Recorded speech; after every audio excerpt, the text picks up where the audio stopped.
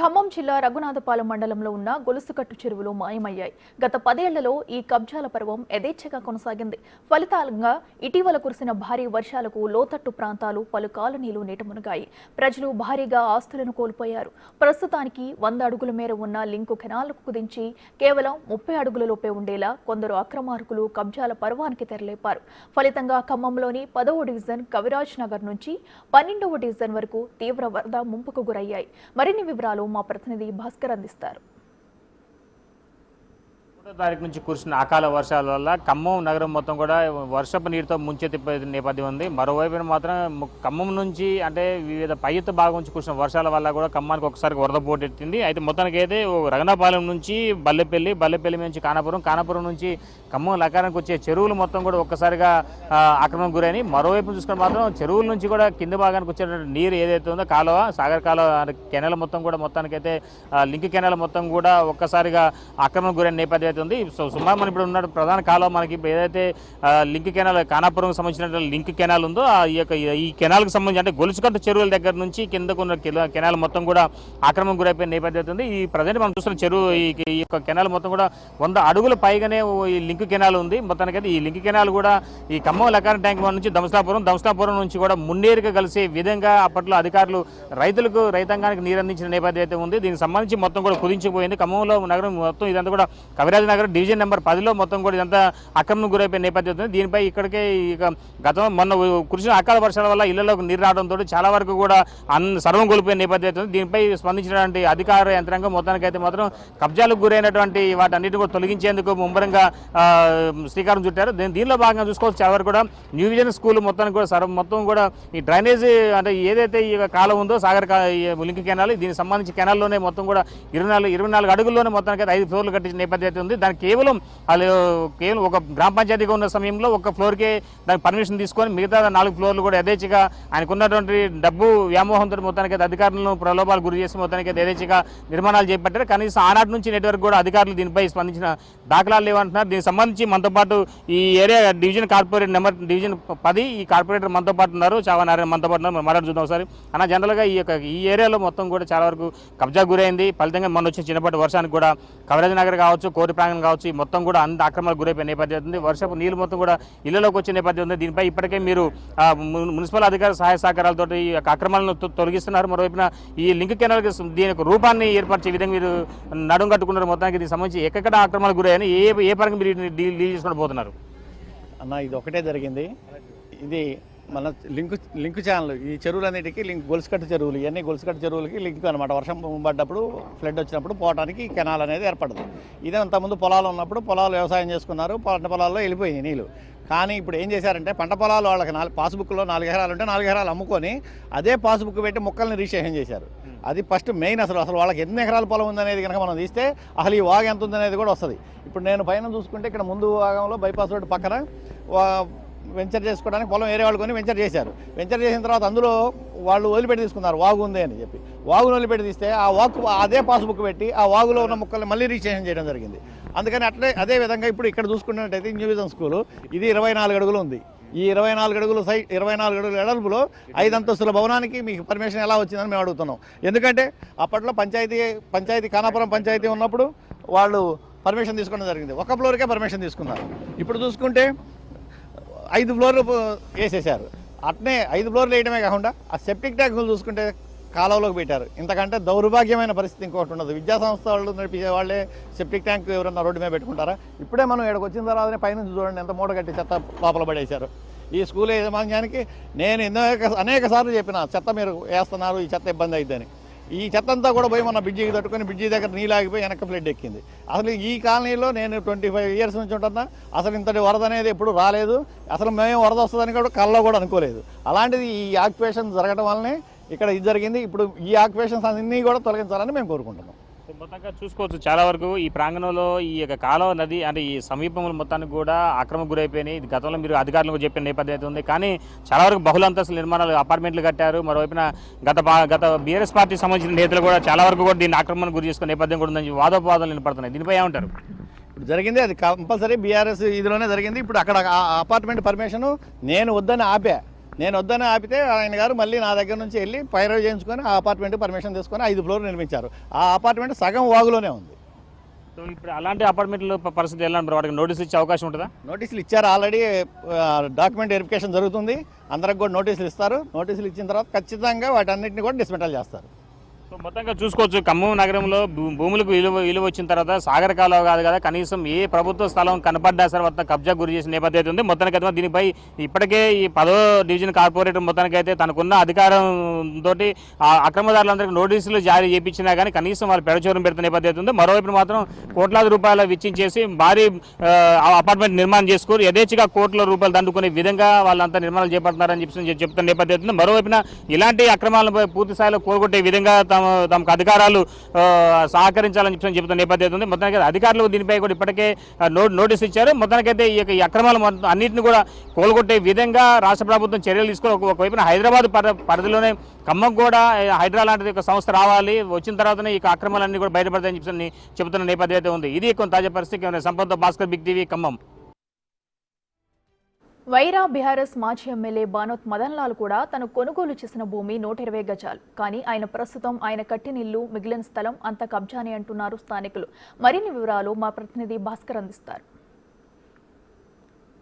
నగరంలో బీఆర్ఎస్ పాలనలో మొత్తానికైతే చాలా వరకు చెరువులు, కుంటలు, వాగులు, వంకలు మొత్తం కూడా కబ్జా గురైన నేపథ్యం అయితే ఉంది. ఇటీవల కాలంలో ఖమ్మంకి ఒక్కసారిగా భూముల రేటు పెరిగిన నేపథ్యంలోనూ ఒక్కసారిగా ఉన్నటువంటి కాలువ సమీపం కావచ్చు, చెరువు భూములు కావచ్చు, యథేచ్ఛగా కబ్జాకు గురైన నేపథ్యం ఉంది. మొత్తానికి మనం ఇప్పుడు ఖమ్మంలో ఉన్నటువంటి కోర్టు సమీపంలో ఉన్నటువంటి యొక్క లింక్ కెనాల్ దగ్గర మనం ఇప్పుడు ఉన్నాం. ఈ లింక్ కెనాల్ కూడా మొత్తానికి చూసుకోవచ్చు. ఇది మొత్తం కూడా మంచుకొండ దగ్గర నుంచి రఘునాపాలెం దగ్గర నుంచి కూడా మన ఖానాపురం దగ్గర నుంచి టోటల్గా ఖమ్మంకి ట్యాంక్ బండ్కి వచ్చేటువంటి లింక్ కెనాల్ ఇది మొత్తం కూడా. ఈ యొక్క ఇరువైపులు కూడా చాలా వరకు 100 అడుగుల మేరకు ఉన్నటువంటి లింక్ కెనాల్ పంట పొలాలకు నీరందించే విధంగా అప్పట్లో అధికారులు, ఇరిగేషన్ శాఖ అధికారులు కూడా మొత్తం అయితే దీన్ని డిజైన్ చేయడం కూడా జరిగింది. ఆ ఇటీవల కాలంలో అంటే 2095 వరకు కూడా ఈ ఏరియా మొత్తం కూడా ఒక్కసారి వ్యవసాయ క్షేత్రంగాను మొత్తానికి అయితే పంటలు పండించుకున్న రైతులు మొత్తానికి అయితే భూములు రేట్లు పెరిగిన తర్వాత ఒక్కసారిగా ఈ పంట పొలాలపై కండిషన్ రిలేటెడ్లు మొత్తానికి దీనిపై ఒకసారి వీటికి వేరే రకంగా ఒక రకం చెప్పాలంటే పట్టా సంబంధించిన సర్వే నెంబర్లు తీసుకొచ్చి బై నెంబర్లు వేసుకొని యథేచ్ఛగా వీటి పంట కాలువలను కూడా ఆక్రమణ గురి చేసుకునే నేపథ్యం అయితే ఉంది. మరోవైపున మాత్రం ఇక 100 అడుగులు పైగా ఉన్నటువంటి ఇక పంట లింక్ కెనాల్ మొత్తాన్ని కూడా దీన్ని ఆక్రమణకు గురి చేసుకునే నేపథ్యం ఉంది. అప్పట్లో గతంలో అధికార పార్టీని అడ్డం పెట్టుకొని చాలా వరకు కూడా తమకున్న పలుకుబడి, రాజకీయ నాయకులు పలుకుబడి కావచ్చు, మరోవైపున తమకున్నటువంటి ఆర్థిక బలాన్ని కావచ్చు, మొత్తానికైతే వెరేసి మొత్తానికైతే ఈ యొక్క ప్రభుత్వ చెరువులను అదేవిధంగా కాలువ భూములు మొత్తాన్ని కూడా కబ్జా గురి చేసుకునే నేపథ్యం అయితే ఉంది. అసలు ఈ కాలువకు ఉన్నటువంటి భూమి పరివాహక ప్రాంతం ఎంత, మరోవైపున దీని డెప్త్ తర్వాత విడత ఎంత ఉందని దానిపై స్థానికులు గతం నుంచి కూడా దీనిపై పోరాటం చేస్తున్న నేపథ్యం అయితే చాలా కుసించుకుపోయింది. ఈ సాగర్ కెనాల్ మొత్తం చెప్పని వేదన పడుతున్న నేపథ్యం ఉంది. మరోవైపు చూసుకుంటే మాత్రం ఇక సాగర్ కెనాల్కి సంబంధించి ఇటీవల కాలంలో కురిసిన అకాల వర్షాలు, అంటే మొన్న 1వ తారీఖు నుంచి కురిసిన అకాల వర్షాల వల్ల కూడా కవిరాజ్ నగర్ కోర్టు ప్రాంగణం మొత్తం మొదలుకొని ఇంద్రనగర్ వరకు కూడా మొత్తానికైతే మాత్రం ముంపుకు గురైన నేపథ్యం అయితే ఉంది. దీనిపై సంబంధించి ఇటీవల కాలంలో ఈ కవిరాజ్ నగర్ సమీపం కోర్టు, మధుర నగరు, ఈ ఏరియా మొత్తం కోర్టు ప్రాంగణ సమీపంలో మొత్తం కూడా ముంపు గురైన తర్వాత ఇక్కడ ఉన్నటువంటి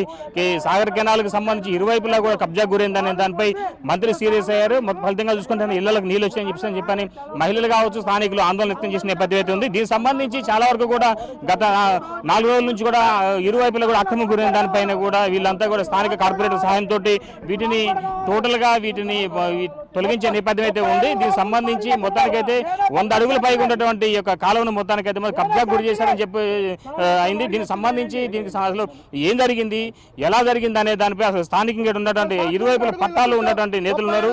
ఆ పట్టాలకు సంబంధించి ఎంతవరకు జరిగింది, అది ఎంత దీనికి టోటల్గా అసలు దీనికి డిజైన్ సంబంధించి కూడా మార్చుకునే నేపథ్యం అయితే ఉంది. దీనికి సంబంధించి మనం ఒకసారి మన పట్టాదారులతో మాట్లాడు చూద్దాం. ఒకసారి మనం ఏం జరిగింది, ఎలా జరిగింది అనే దానిపై మనం మాట్లాడు చూద్దాం. ఒకసారి ఏం జరిగింది, దీనికి సంబంధించి ఎంతవరకు పోయింది అనే దానిపై మనం మాట్లాడుదాం. ఒకసారి చెప్పండి.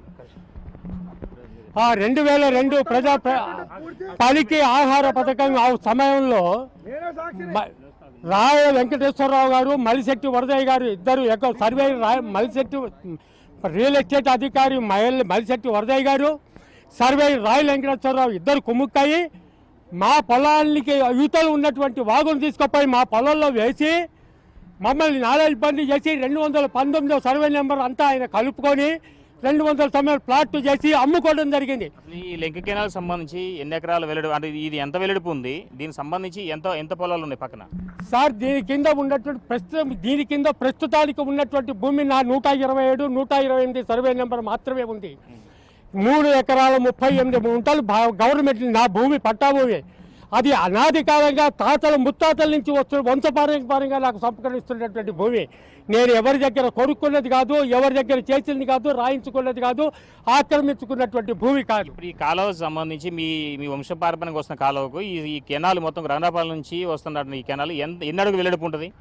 ఇది చెప్పలేమండి. ఇది ఒక చోట ఒక దగ్గర ఉంది, ఒక చోట ఒక దగ్గర ఉంది. ఖమ్మం తాలూకా ఉన్న వరంగల్ జిల్లా ఉన్నటువంటి నక్షా పెడితే, గుడ్డ నక్షా పెడితే దీంట్లో ఒక భాగం ఎంత ఉన్నది తెలుస్తుంది మీకు.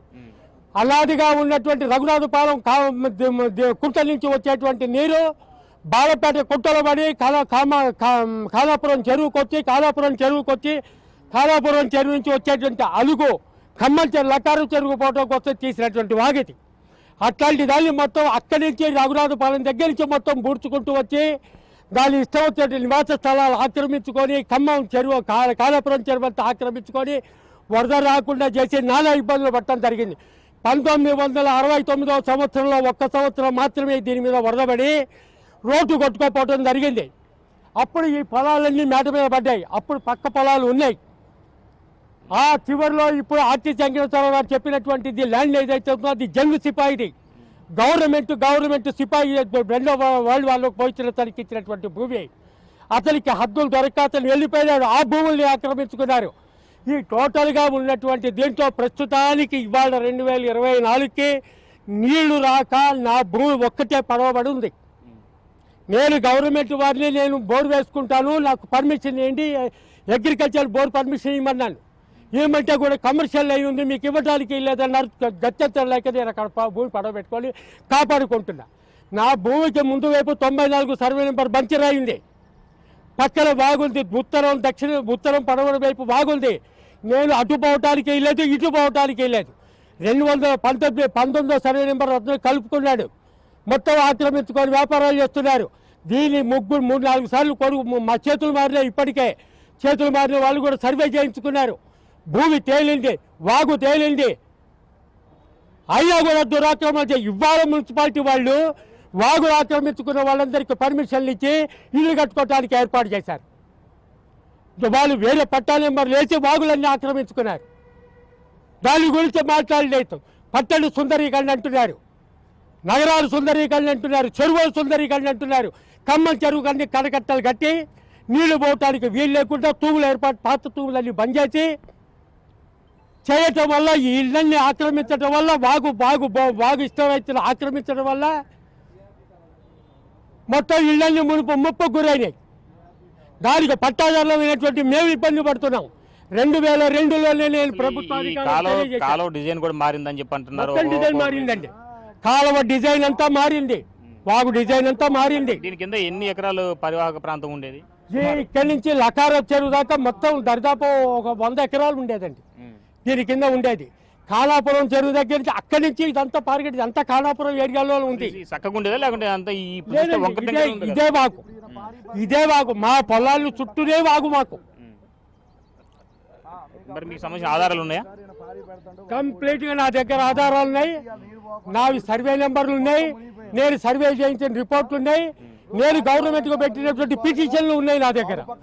ఒక్క అధికారి కూడా భూమి మీదకి వచ్చి పరిశోధన చేసి చూసినటువంటి వాళ్ళు లేరు. ఇక్కడ హైడ్రోజన్ ఫ్యాక్టరీ పెడుతున్నప్పుడు ఇక్కడ నేను గొడవ చేశాను.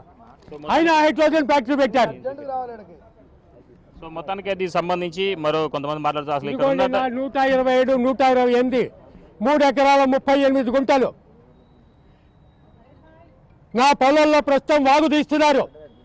నా భూమిలో మీరు ఏం చేసినా నేను ఒప్పుకుంటాను. కానీ నేను చెప్పిన నా భూమి నాకు కొలిచిచ్చి 3 ఎకరాల 38 గుంటలు భూమి కొలిచిచ్చిన తర్వాత మీ గవర్నమెంట్ భూమి ఉంటే మీరు తీసుకోండి. అనవసరంగా నేను కట్టుకున్న కాంపౌండ్ వాల్స్ కూర్చారు. నన్ను నానా ఇబ్బందికి కూర్చారు. అంతకుముందు ఉన్నటువంటి కార్పొరేటర్ మొత్తం మట్టి తవ్వించి ఆ పొలంలో పోసాడు. నా పొలాన్ని నేను సరి చేసుకోవడానికి నాకు 40,000 రూపాయలు పట్టినాయి. హద్దురాళ్ళు దగ్గర నుంచి మొత్తం డిస్టర్బ్ చేశారు. ఇట్లా సతీష్ భాయ్ మొత్తానికి చూసుకోవచ్చు దీనికి సంబంధించి చాలా వరకు అసలు ఏం జరిగింది ఎలా జరిగింది అనే దానిపై కూడా మనం చూసుకోవచ్చు. చాలా ముందుకెళ్ళిపో చూస్తే ఇంకా చాలా వరకు కూడా ఈ కబ్జా గురైన నేపథ్యం అయితే ఉంది. అయితే మొత్తానికి అంటే ఉన్న కాలువ గతంలో ఉన్న కాలువ అంటే 95కి ముందు ఉన్న కాలువ విషయం చూసుకుంటే మాత్రం 85 నుంచి మొదలు పెట్టుకుంటే 95కు ఉన్న కాలువ విషయం చూసుకుంటే మాత్రం చాలా వరకు కూడా కబ్జా గురైపోయింది. మొత్తానికైతే ఇరు నేతలు కూడా గత ప్రభుత్వ హయాంలో మొత్తానికైతే ఏకంగా దీని మొత్తాన్ని కూడా కబ్జా చేసుకున్న నేపథ్యం అయితే ఉంది. అయితే ఈ యొక్క కాలువ సంబంధించింది అసలు ఎంత ఉంది, ఆ గతంలో ఎంత ఉంది, డెప్త్ ఎంత, విడత దానిపై ఇప్పుడు ప్రజెంట్ స్థానిక కార్పొరేటర్ మనతో పాటు ఉన్నారు. మన కార్పొరేటర్ అడిగి చూద్దాం ఎంతవరకు ఇది ఆక్రమణ గురైంది అనే దానిపై మనం మాట్లాడి చూద్దాం. ఒకసారి చూద్దాం. ఈరోజు ఎవరు నిర్ణయించినా క్లియర్గా కనపడుతుంది. మీరు చూడండి ఒకసారి, ఇక్కడ ఇటువైపు బేస్మట్టం అటువైపు బేస్మట్టం ఉంది. చూడండి ఒకసారి కెమెరా తిప్పండి. మీకు ఇక్కడ ఆల్రెడీ సిఆర్జీ వాళ్ళ అపార్ట్మెంట్ కట్టినప్పుడు ఈ పక్కన ప్లాట్ వాళ్ళు 100 అడుగులు వదిలిపెట్టే బేస్మట్టం కట్టుకున్నారు. ఇవాళ ఈ పక్క పొలం అతను ఏ పర్మిషన్ లేకుండా ఈ పారీ కూడా ఎవరిని అడిగి నిర్ణయించండు. ఈ పారీ కూడా అడ్డం కట్టడం వల్ల ఈరోజు కైరానార్ మునిగిపోయే పరిస్థితి వచ్చింది. మీరు కళ్ళతో ఎవరు వచ్చి చూసినా క్లియర్గా కనపడుతుంటుంది. పారీ గోడ పెట్టేనాడే అక్కడ ఒక కట్ట ఉండేది, ఈ వాక్కి కట్ట ఉండేది. ఆ కట్ట మొత్తం ముడిపిన రోజే నేను టౌన్ ప్లానింగ్లో కంప్లైంట్ పెడితే వాళ్ళు వచ్చి ఆపారు, పూర్తి కాలేదు, ఆఫ్ చేశారు. ఏ పర్మిషన్ లేకుండా ఆయన ఇష్టం వచ్చినట్టు చేసుకుంటా. నాకు పట్టా ఉంది, అందరికీ పట్టాలే ఉంటాయి ఇక్కడ. ఇది నైతిక స్వరూపంగా ఏర్పడిన వాగు, పట్టా భూమిలో నుంచి ఏర్పడిన వాగు. కానీ 180 అడుగులు ఉండేది ఆ రోజు. మేము ఇక్కడే పుట్టినాం, ఇక్కడే పెరిగినాం, మాకు తెలుసు. 180 అడుగులు ఉన్నది. ఏ ప్రజలైనా అడగండి, అయినా ఎవరిని అడగాల్సిన పని లేదు. ఈ రోజు వాగు వదిలిపెట్టే అటు సిఆర్జీ వాళ్ళు కానీ ఇటువైపు ప్లాట్ వాళ్ళు కానీ బేస్మట్టం కట్టుకున్నారు. అదే కింద వరకు కంటిన్యూ అవ్వాలి. దీనికి ప్రభుత్వం వారు మాకు సహకరించాలి. ఇక్కడ ఏ ప్లాట్ అయినా వచ్చి అక్కడ నాకుంది పట్టా పాస్బుక్ నీకుంటే నీ పొలం అక్కడ ఉంది, వాగులో ఉందా నీ పొలం, ఇది ఎక్కడుంది? ఇది ఒకటేగా చాలా వరకు చూసుకుంటే ఇప్పుడు ఈ సిఆర్జీ టవర్ కావచ్చు, అటున్న మొత్తం ఇంకొంత ముందున్నట్టు ఎంకే టవర్స్ కావచ్చు, ముందు పోతే అటు మాజీ ఎమ్మెల్యే వైరా ఎమ్మెల్యే ఇల్లు కావచ్చు, మరోవైపు ఇప్పుడు మదనలాల్ కట్టించుకున్న కొత్త అపార్ట్మెంట్, ఇవన్నీ కూడా ఒకసారి ముంపులో ఇవన్నీ కాలువ కింద ఉన్నాయి అని చెప్పి అంటున్నారు కదా. వీటన్నిటికి కారణం కూడా ఇతనే. ఇప్పుడు ఈ ప్రారీ గోడ మీరు చూపించండి. ఆ ప్రారీ గోడ మొత్తం ఏ పర్మిషన్ లేకుండా వాగు ఇంకా 30 అడుగులు తోసి ఈయన అడ్డం పెట్టడం వల్ల ఇలా ఈ పక్కన వెళ్ళే నీరు ఆ పక్కకి వెళ్ళినాయి. మేము ఆ రోజే కంప్లైంట్ చేసాం. మరి ఆయనకి ఇది 3 ఎకరాలు చిల్లర ఉందా, మరి ఆయనకి ల్యాండ్ ఉందా? ఆయనకు 3 ఎకరాలు ఉందో 6 ఎకరాలు ఉందో ఆయన కొలుసుకొని ఆయన ఇక్కడే ఉంటాడు. ఆయన అమెరికాలో లేరు. నాకు 3 ఎకరాలు ఉంది, నాకు 6 ఎకరాలు ఉంది. నువ్వు ఎక్కడున్నావు? నీ దానికి నువ్వు బేస్మట్టం కట్టుకుంటే ఎవరైనా వద్దన్నారా? చాలా వరకు మరి బహుళంతస్తులు బిల్డింగ్లు కట్టారు, అపార్ట్మెంట్లు కట్టారు. మరి ఇవన్నీ కూడా కబ్జా గురైన నేపథ్యం ఉంది. మొన్నటి దాకా కూడా ఇక్కడ ఒక ఐస్ ఫ్యాక్టరీ ఉండే, దీన్ని కూడా కోలుకొట్టారు కదా. వాస్తవంగా ఇక్కడ ఐస్ ఫ్యాక్టరీ వాక్ అడ్డంగా ఉందనేగా కూల్చింది. ఈయన ఒక్కడే కాదుగా, అలా అడ్డంగా ఉన్నా నువ్వు ఏ అడ్డం వచ్చినాయే కూలుస్తున్నారు. ఈరోజు అపార్ట్మెంట్కి ఇరిగేషన్ వాళ్ళు పర్మిషన్ తీసుకున్నారు, వాళ్ళు కట్టుకున్నారు. వాళ్ళు కట్టుకున్నాక నువ్వేం చేసినావు? ఈ పక్క నుంచి పారీ పెట్టి మొత్తం దోసి నువ్వు పారీ పెట్టినావు. ఎవరైనా అడగండి, ఇక్కడ చూసిన ప్రతి ఒక్కరు చెప్తారు. నేను పోయిన సంవత్సరం వీళ్ళు పారీ పెట్టేటప్పుడు వద్దని చెప్పా. ఇవాళ ఈ రకంగా కైరానార్లో 25 కోట్ల నష్టం వచ్చింది. ఈరోజు ఈయనకు అర్థం ఈయన చేపట్టి మొత్తం వాగు ఉప్పొంగి. ఇప్పుడు ఖాళీ ల్యాండ్కి సంబంధించిన దాని మీద ఈ రకం జరిగితే మరి బహుళంతస్తుల నిర్మాణాలు చేసిన వాటి పరిస్థితి ఏంటి? మరి బహుళంతస్తులు కూడా ఏమన్నా వాగు పక్కన ఉన్నా కూడా వాటిని కూడా మొత్తం పర్మిషన్ ఇచ్చిన వాటిని కూడా మళ్ళీ ఆ పర్మిషన్స్ అన్నితో కూడా తెప్పించుకొని అందరికి నోటీసులు ఇవ్వడం జరిగింది ఆల్రెడీ.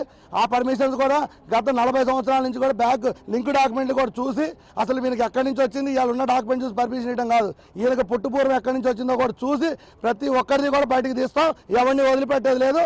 మేము ప్రజలతో మాట్లాడాల్సిన అవసరం మాకు లేదు. మొత్తానికి చూసుకోవచ్చు చాలా వరకు కూడా ఇక ఈ ఏదైతే సాగర్ కెనాల్ లింక్ కెనాల్కి సంబంధించిన పంట పొలాలకు కాలం ఉందో ఈ కాలం మొత్తం కూడా టోటల్గా ఆ కబ్జా గురైన పద్ధతి ఉంది. మొత్తం 100 అడుగుల పైకి ఉన్నటువంటి ఇక కాలం మొత్తానికైతే మాత్రం కబ్జా గురైంది. మరోవైపు చూసుకుని దీని డిజైన్ దీని భావస్వరూపం మొత్తం కూడా మారిపోయిందని చెప్పుకోవచ్చు. వాస్తవంగా ఒకవైపు మంచుకొండ నుంచి రణపాలెం నుంచి కానాపురం మీదుగా ఈ ఖమ్మంకి వచ్చే లకాన్ ట్యాంక్ బండ్కి సంబంధించినటువంటి ఈ నీరు పోయేటువంటి ప్రధాన కాలువ దిగువ ప్రాంతంలో ఉన్న సమీపంలో ఉన్న పంట పొలాలకు కూడా ఇది అందించేటువంటి కాలువకు మొత్తం కబ్జా ఇరువైపులు కూడా కబ్జా అని చెప్పుకోవచ్చు. మొత్తానికి ఈ కబ్జా సంబంధించినటువంటి చిన్నపాటి వరద రావడం వలన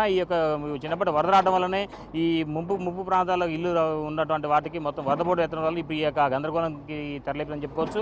మొత్తానికైతే మాత్రం ఈ కబ్జా పర్వానికి మాత్రం గత ప్రభుత్వ హయాంలో కూడా మాత్రం భారీగా జరిగిందని మాట మాత్రం ఇక్కడ వార్డు ఏ డివిజన్ పోయినా సరే ఇదే మాట వినపడుతున్న నేపథ్యం ఉంది. ఇది కొన్ని తాజా పరిస్థితి. Sampath Bhaskar, big TV, Khammam.